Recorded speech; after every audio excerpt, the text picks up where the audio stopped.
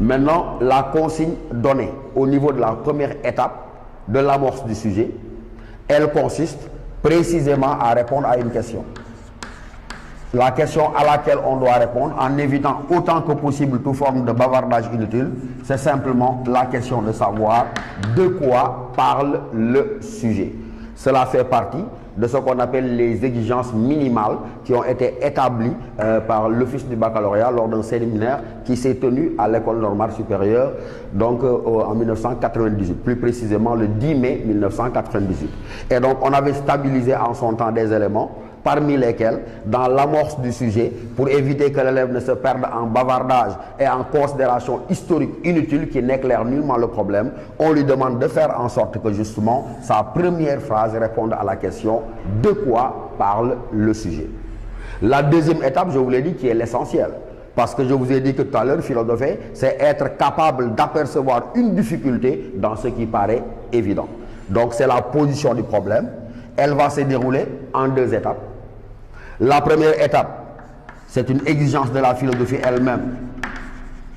On commence toujours par définir et éclairer les concepts structurants, les concepts clés du sujet. Et ensuite, dernière étape de la problématisation, on procède à la reformulation, justement comme on a dit, de manière à mettre en évidence la difficulté contenue dans le sujet. La dernière étape correspond au plan et il s'agit de dérouler un certain nombre de questions. Moi, j'ai l'habitude de vous conseiller d'en poser simplement 2. Et donc, ces questions que vous posez vont constituer le programme par lequel vous-même vous annoncez la prise en charge du problème posé par le sujet. Il faut dire que généralement, au bac, vous avez 2 types de sujets. Le premier type de sujet que vous appelez, même si c'est impropre, sujet dialectique. Et le deuxième type de sujet que vous appelez sujet analytique ou bien affirmatif. Le sujet que vous appelez donc improprement sujet dialectique, c'est celui qui prend la forme d'une thèse et d'une antithèse. Et ce sujet prend la forme d'une interrogation directe. Il prend la forme d'une interrogation directe. Si vous voulez, le sujet est terminé directement par un point d'interrogation. Le deuxième type de sujet, sujet analytique, qui prend comme son nom l'indique la forme d'une affirmation et qui s'organise également autour de 2 questions. La première visant à justifier l'affirmation et la deuxième visant simplement à jeter un regard critique, donc à procéder à une discussion de l'affirmation. Donc, lorsque vous avez ces 2 types de sujets, sujet dialectique directement qui prend la forme d'une interrogation directe, que vous organisez en thèse, antithèse, et le sujet analytique qui prend la forme d'une affirmation, généralement avec pour consigne « qu'en pensez-vous ». Ça peut être légèrement modifié, parfois on vous dit « quelle réflexion vous suggère ». Mais dans tous les cas, c'est une affirmation et la démarche, elle est là. Une question par laquelle on se fait l'avocat de l'affirmation, on la justifie et ensuite on se donne les moyens de l'examiner de façon critique. Maintenant, si nous l'appliquons au sujet que nous avons devant nous, déjà, vous voyez vous-même à lequel de ces types il appartient. Il appartient au deuxième type, c'est-à-dire un sujet analytique, une affirmation, justification et discussion. Première étape, nous avons dit dans l'amorce du sujet. Posez-vous la question de savoir de quoi parle le sujet. Et si on examine le sujet lui-même, ce qu'il dit est relativement clair. Il y a d'une part le philosophe et d'autre part il y a tout le monde. Qu'est-ce qui est dit du philosophe? C'est que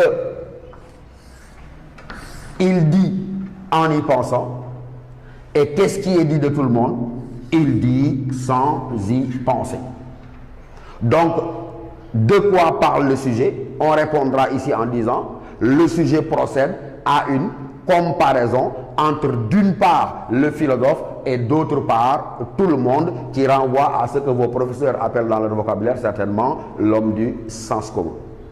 Donc je me dote d'une phrase dans laquelle je réponds à la question de quoi parle le sujet, rapport entre le philosophe et tout le monde. Et après cela maintenant, on va procéder à la définition des concepts clés. Quand on dit concepts clés, il ne s'agit pas évidemment de tout le texte, mais des mots qui structurent le sujet. Quels seraient ici les concepts clés? Il y a le philosophe dit en y pensant, il y a tout le monde dit sans y penser. Donc l'effort de définition devra porter non pas sur le philosophe ou sur tout le monde, mais dit en y pensant et dit sans y penser. Après, j'ai dit, on procède à la reformulation, mais j'ai dit attention, c'est le moment le plus important de l'introduction. Parce que c'est à partir de cette étape-là que vous devez clairement mettre à jour le problème, la difficulté ou la contradiction, mais importée par le sujet lui-même. Alors, où se trouve ici le problème? Le philosophe dit en y pensant, là où tout le monde dit sans y penser. Donc, ce qui fait problème déjà, à première vue, c'est comment le philosophe, en étant avec tout le monde dans une même société, dans un même environnement de valeurs et de culture, peut-il trouver le moyen de se soustraire justement de tout le monde pour lui dire en y pensant là où les autres diraient sans y penser. Donc, qu'est-ce qui fait problème clairement? C'est qu'est-ce qui offre au philosophe la possibilité et la liberté, à la différence de tout le monde, lui, de dire en y pensant. Qu'est-ce que dire en y pensant et qu'est-ce que dire sans y penser?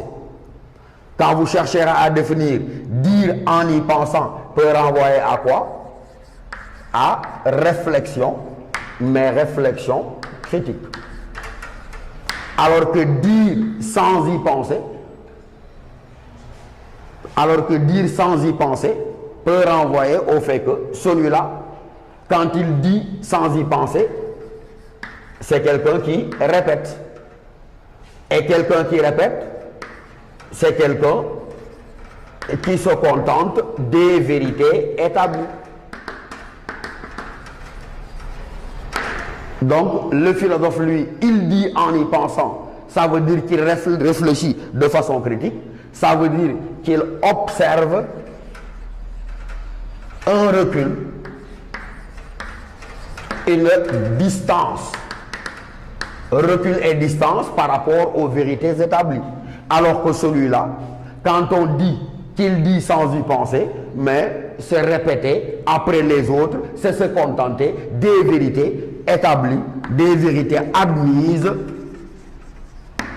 par la société.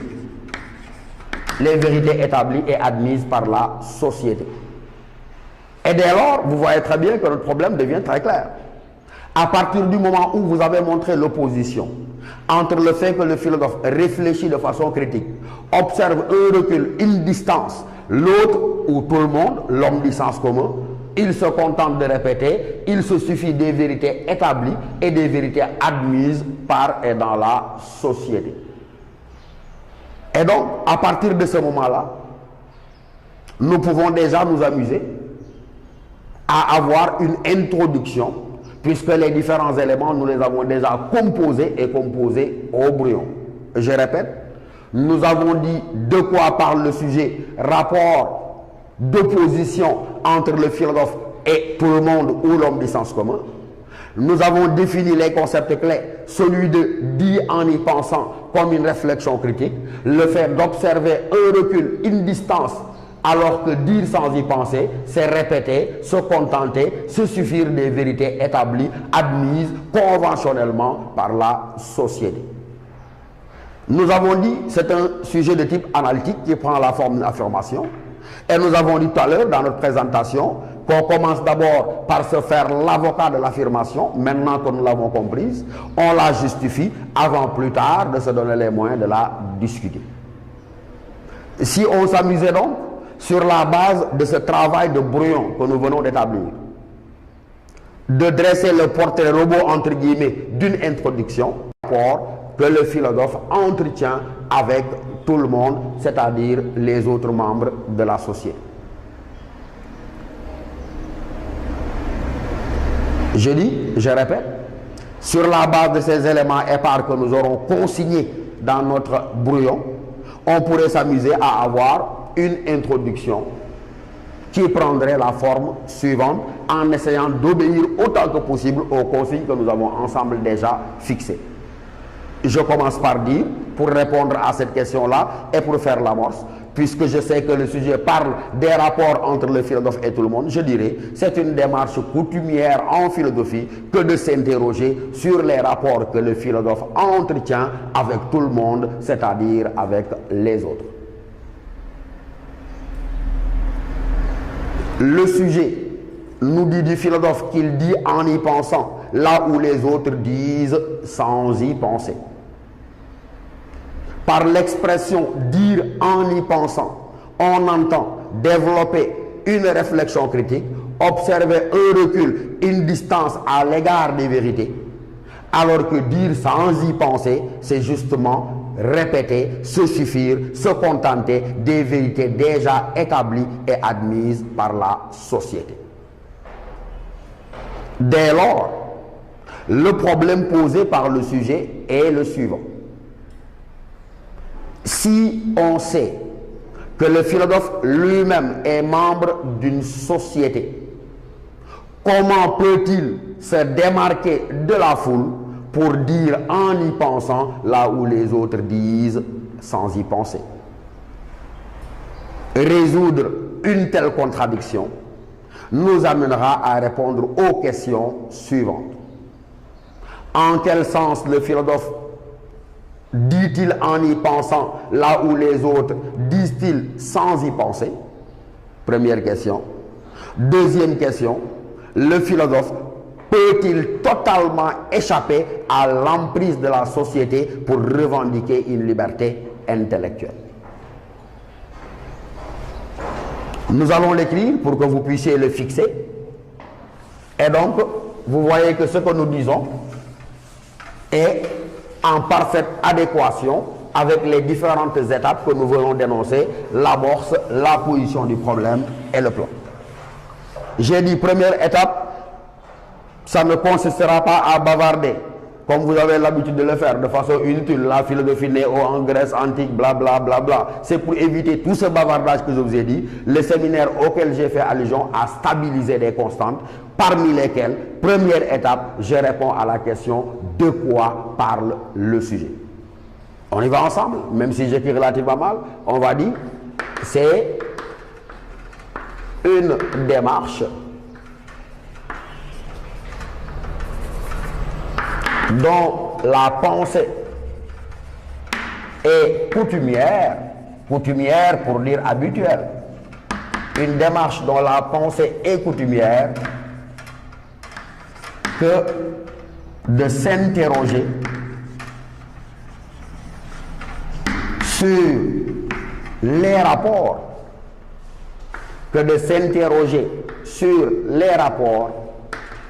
entre le philosophe et tout le monde. Vous voyez, en disant ça,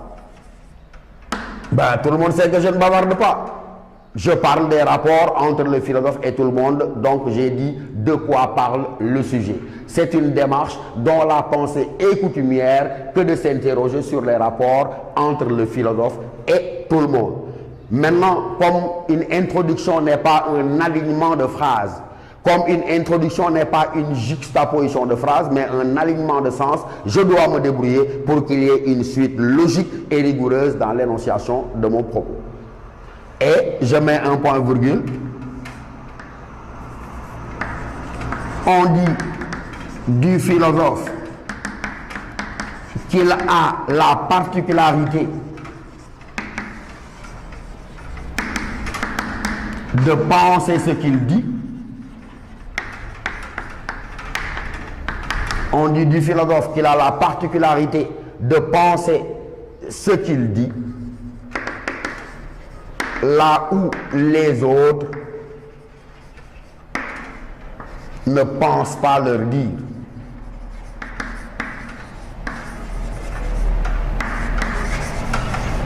Et après ça, maintenant, qu'est-ce que je dois faire? Définir les concepts clés qui sont déjà présents dans ma première phrase. Et c'est pourquoi je pourrais dire par l'expression. Parce que philosopher, c'est d'abord réfléchir sur les concepts.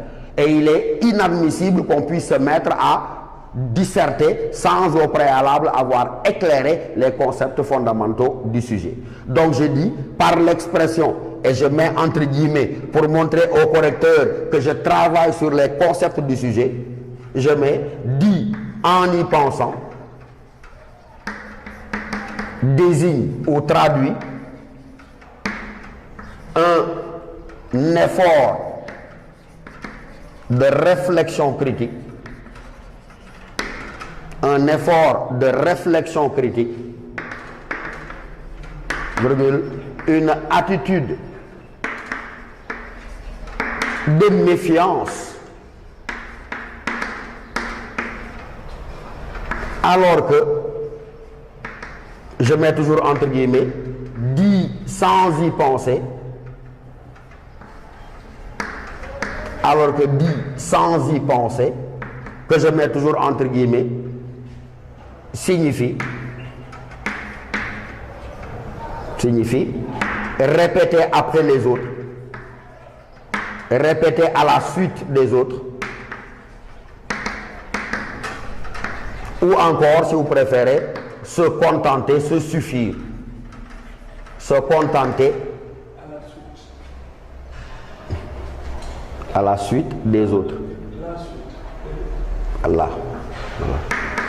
À la suite des autres, se contenter des vérités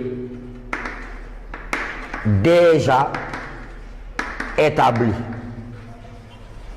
par la société. En disant ça, nous avons défini les concepts. Il reste maintenant à reformuler pour mettre en évidence. Nous avons dit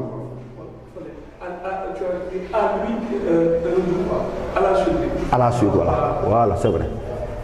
Ok. À la suite des autres, se contenter des vérités déjà établies par la société. Reste maintenant, comme je vous ai dit, à poser le problème carrément en disant ainsi, si on sait que le philosophe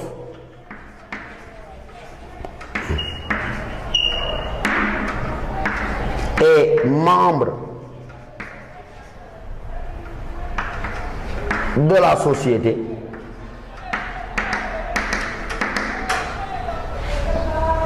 comment peut-il se démarquer de tout le monde? Comment peut-il se démarquer de tout le monde pour penser de façon critique?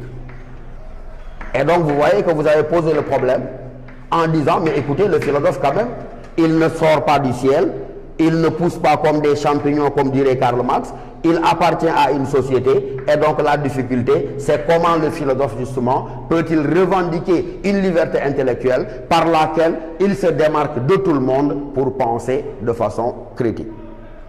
Et comme c'est un sujet, nous l'avons vu en faisant la typologie des sujets du bac analytique, la première étape, on justifie, ça veut dire on se fait l'avocat de cette affirmation et on cherche à argumenter en quoi effectivement il dit en y pensant là où les autres disent sans y penser. Et après maintenant, on prend du recul par rapport à l'affirmation pour l'examiner de façon critique. Donc première question, on dira en quel sens le philosophe, excusez-moi d'abréger, en quel sens le philosophe dit-il en y pensant pendant que les autres disent sans y penser. Donc là, c'est presque une reprise du sujet mais sous une forme interrogative. Donc, en quel sens le philosophe dit-il en y pensant pendant que les autres disent sans y penser? Et la deuxième question par laquelle vous jetez un regard critique, vous dites cette liberté intellectuelle du philosophe, cette liberté intellectuelle du philosophe, revendiquée par le philosophe, est-elle pleine et entière? Autrement dit, le philosophe peut-il être totalement libre à l'égard de sa société, pleine et entière? Et donc, vous voyez le piège, chers élèves, face à ce type de sujet, qui comporte toujours deux aspects. Je dis le piège absolu dans lequel il ne faut pas tomber, c'est de penser que première partie de développement, le philosophe dit en y pensant, deuxième partie de développement, tout le monde dit sans y penser, c'est faux, ce serait grave. Il faudrait d'abord dans un premier temps justifier toute l'affirmation et ensuite dans un second temps chercher à la discuter. Et donc ce que nous avons là nous sert simplement de canevas. Et vous voyez bien que ce que nous avons dit est fidèle au dispositif que nous avons établi, l'amorce du sujet, de quoi parle le sujet, la définition des concepts, la mise en évidence du problème et les questions que vous déroulez pour prendre en charge et résoudre le problème posé par le sujet.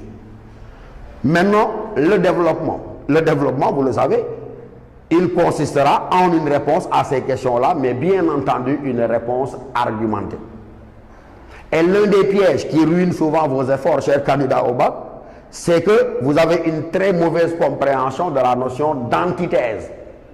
Vous avez l'habitude de penser que, comme apparemment cela semble l'indiquer, il s'agit de dire d'abord une chose et ensuite de se donner le moyen de dire son contraire. C'est absolument impossible et malheureusement, très souvent, vous tombez dans ce piège. Vous faites une très bonne première partie, mais vous croyez dire le contraire de ce que vous aviez dit. Or, vous savez depuis Aristote et le principe de non-contradiction qu'on ne peut pas dire une chose et son contraire en même temps et sous le même rapport. Donc, gardez à l'esprit ce que je vais dire.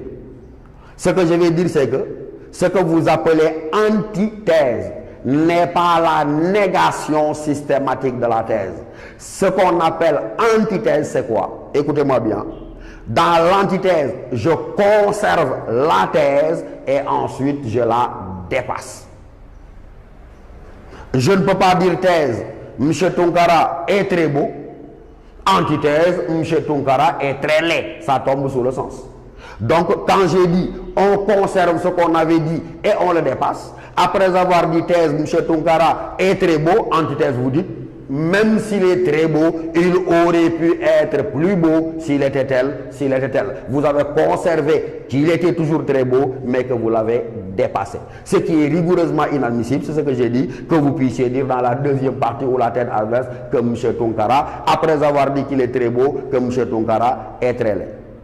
Et donc, cela vous permet d'être fidèle un peu à la perspective du sujet.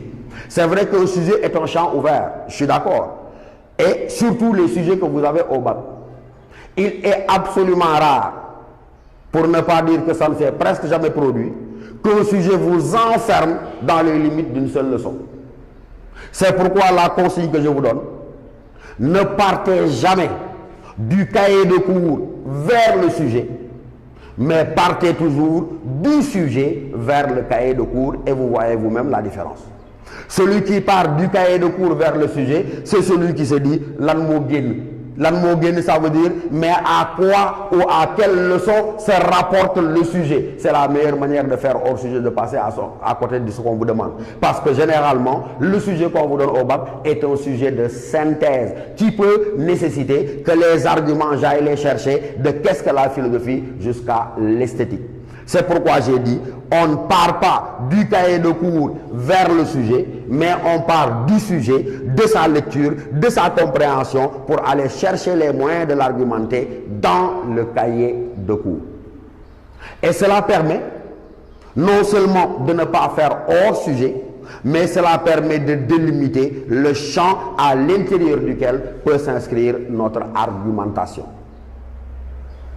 Ce que je vais dire, c'est que ce que vous appelez antithèse n'est pas la négation systématique de la thèse. Ce qu'on appelle antithèse, c'est quoi? Écoutez-moi bien. Dans l'antithèse, je conserve la thèse et ensuite je la dépasse. Je ne peux pas dire thèse, M. Tunkara est très beau. Antithèse, M. Tunkara est très laid. Ça tombe sous le sens. Donc, quand j'ai dit on conserve ce qu'on avait dit et on le dépasse, après avoir dit thèse, M. Tounkara est très beau, antithèse, vous dites, même s'il est très beau, il aurait pu être plus beau s'il était tel, s'il était tel. Vous avez conservé qu'il était toujours très beau, mais que vous l'avez dépassé. Ce qui est rigoureusement inadmissible, c'est ce que j'ai dit, que vous puissiez dire dans la deuxième partie ou la tête adverse que M. Tounkara, après avoir dit qu'il est très beau, que M. Tounkara est très laid. Et donc, cela vous permet d'être fidèle un peu à la perspective du sujet. C'est vrai qu'un sujet est un champ ouvert, je suis d'accord. Et surtout les sujets que vous avez au bac. Il est absolument rare, pour ne pas dire que ça ne s'est presque jamais produit, qu'un sujet vous enferme dans les limites d'une seule leçon. C'est pourquoi la consigne que je vous donne, ne partez jamais du cahier de cours vers le sujet, mais partez toujours du sujet vers le cahier de cours et vous voyez vous-même la différence. Celui qui part du cahier de cours vers le sujet, c'est celui qui se dit lan mo génn. Lan mo génn, ça veut dire mais à quoi ou à quelle leçon se rapporte le sujet. C'est la meilleure manière de faire hors sujet, de passer à côté de ce qu'on vous demande. Parce que généralement, le sujet qu'on vous donne au bac est un sujet de synthèse qui peut nécessiter que les arguments j'aille les chercher de qu'est-ce que la philosophie jusqu'à l'esthétique. C'est pourquoi j'ai dit, on ne part pas du cahier de cours vers le sujet, mais on part du sujet, de sa lecture, de sa compréhension, pour aller chercher les moyens de l'argumenter dans le cahier de cours. Et cela permet non seulement de ne pas faire hors sujet, mais cela permet de délimiter le champ à l'intérieur duquel peut s'inscrire notre argumentation. Dans le développement pour ce sujet que nous avons, vous insistez, mais sans réciter le cahier de cours de façon mécanique, sur tout ce que vous savez, sur l'opposition entre le philosophe et celui qu'on appelle tout le monde, le vulgaire, l'homme du sens commun, et cette opposition-là, elle est délimitée dans ces termes par le sujet. On ne vous demande pas de réciter tout ce qu'on vous a dit sur les rapports entre le philosophe et le sens commun, mais vous l'articulez au concept du sujet. L'opposition, c'est ici à ce niveau-là. Dire en y pensant, dire sans y penser. Et vous montrez clairement, oui, que le philosophe désirait de faire la différence entre le bien et le mal, de faire la différence entre le vrai et le faux. Il s'inscrit dans le doute, et en s'inscrivant dans le doute, dans la vigilance et dans la méfiance, il réfléchit de façon critique, là où l'autre, encore une fois, adhère. Et quand il adhère de façon émotionnelle et spontanée à l'ensemble des vérités établies par la société. C'est à ce niveau-là que vous insistez, mais vous n'avez pas besoin de réciter tout votre cours sur la réflexion critique et tout votre cours sur l'opposition entre le philosophe et l'homme du sens commun. C'est une discipline intellectuelle que de savoir s'en tenir au postulat du sujet lui-même. Et dans la deuxième partie, c'est là où maintenant on attend de l'élève sa capacité à réfléchir de façon critique. Parce que quel est le but de la philosophie? On vous l'a dit, à travers les différents systèmes et à travers la contradiction habituelle à laquelle ils sont confrontés, mais vous vous rendrez compte que simplement la finalité est de faire naître en vous cette capacité à réfléchir par vous-même et à réfléchir de façon critique, à prendre vos distances avec toutes les fausses évidences, avec tous les préjugés, toutes les opinions, toutes les croyances naïves et spontanées acceptées comme telles. Donc l'attitude de l'homme du sens commun est une attitude d'adhésion, j'ai envie de dire émotionnelle et sentimentale, alors que l'attitude du philosophe, elle n'est pas exigée du sentiment, mais elle est simplement une activité de réflexion critique, parce qu'on vous l'a dit et répété, pour l'essence, la philosophie, elle est d'abord et avant tout une activité rationnelle. Et donc, après avoir dit ça maintenant, dans le développement, en mobilisant les outils grammaticaux de l'argumentation, je vous l'ai dit pour assurer la cohérence interne. Parce que je vous ai dit, attention, la qualité de votre travail n'a pas de rapport avec l'abondance de votre propos. On peut être bavard, mais il est préférable d'être concis, d'être rigoureux et surtout d'être pertinent. L'autre élément, c'est les citations. On en voit très fréquemment se promener avec un petit cahier rempli de citations, s'imaginant qu'il s'agirait de les apprendre par cœur et de les convoquer à tort et à travers pour donner l'impression d'avoir une bonne culture philosophique que non. Il faut faire une utilisation intelligente de ce que vous appelez les citations. Elles ne sont pas indispensables, oui, mais elles sont largement souhaitées parce qu'elles témoignent de votre culture philosophique, mais n'en abusez pas. Il ne s'agira pas d'un défilé de mode d'auteur, mais j'ai dit, contentez-vous de 2 ou d'un maximum de 3 citations. Vous avez fait votre première partie à la fin, citation, phrase de transition, deuxième partie, à la fin, citation. Donc j'ai dit, maximum 2 ou 3 citations suffiront à éclairer. Pourquoi vous le savez? Parce qu'on vous l'a dit, la philosophie est d'abord et avant tout un effort de réflexion, mais de réflexion personnelle. Et donc il ne faudrait pas abuser de ces citations-là. Il ne faudrait pas également les forcer. Elles devraient naturellement venir d'elles-mêmes parce qu'elles s'imposent au moment où vous êtes en train de vouloir les convoquer. L'autre élément important, c'est de veiller à l'équilibre des parties. Je conviens avec vous qu'on a forcément plus d'idées ici que là-bas, mais vous verrez vous-même, et vous êtes d'accord avec moi, qu'il serait absolument inélégant d'avoir 3 pages pour la première partie et 2 pages pour la deuxième partie, ou 1 page pour la deuxième partie. Donc même s'il ne peut pas y avoir de proportion absolue, veillez autant que possible à équilibrer les différentes parties. Et ensuite, comme je l'ai dit, non seulement je m'appuie sur les outils grammaticaux de l'argumentation, mais également je dois faire en sorte que les transitions puissent être assurées.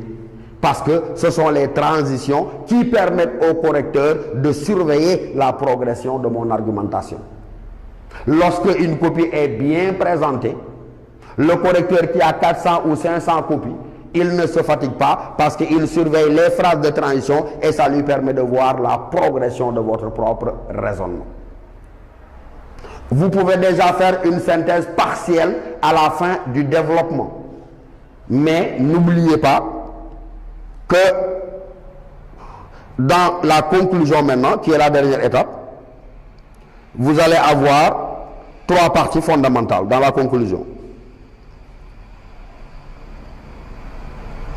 La première partie, c'est le résumé, le bilan ou la synthèse des différentes articulations de développement.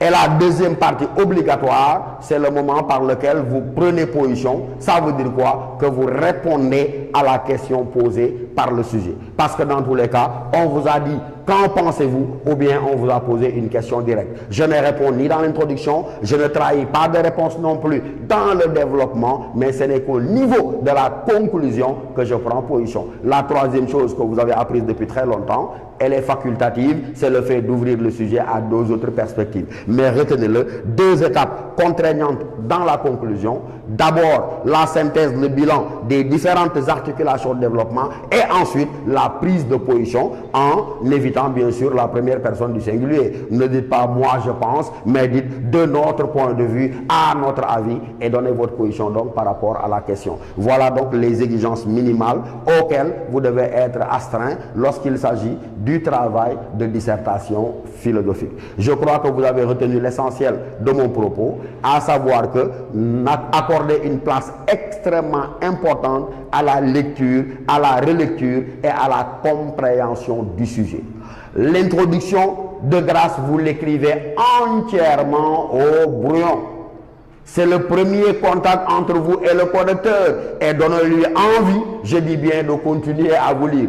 Vous savez bien ce que je dis. Quand je dis donnez-lui envie au correcteur de continuer à vous lire, ça veut dire que si vous commencez par écrire philosophie PHY et à aligner les fautes dans la première phrase, il vous lit, mais quelque part la note est déjà donnée dans son esprit. Donc ça veut dire quoi? Travaillez, retravaillez votre introduction en sorte que, encore une fois, elle donne la promesse d'un développement et d'une conclusion conséquente. C'est pourquoi donc il faut lui accorder toute l'importance. Et je vous ai dit, dans cette introduction, il y a une étape fondamentale à laquelle le correcteur attache la plus grande importance, c'est l'étape de la problématisation. Ça veut dire quoi? Il part du principe que, comme je vous l'ai dit au début de mon propos, philosopher, c'est être capable de voir la difficulté, de voir l'ombre dans ce qui paraît être évident, l'ombre dans ce qui paraît être de la lumière. Et donc c'est à partir du moment où vous aurez montré clairement le problème posé que véritablement vous vous êtes donné les moyens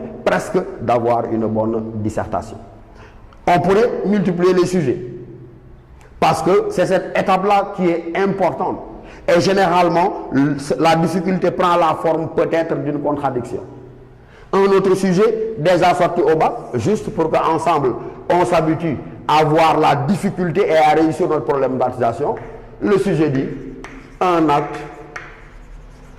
peut-il être inhumain? Mais je n'ai pas de problème. Quand le sujet dit, un acte peut-il être inhumain? Mais vous vous dites tout de suite, attention. Qu'est-ce qui fait problème si je vous posais la question à l'un de vous? Je crois que n'importe lequel d'entre vous mais pourrait tout de suite me dire, Michel, il y a problème. Il y a problème à demander, mais un acte peut-il être inhumain? Et où se trouve le problème? C'est évident.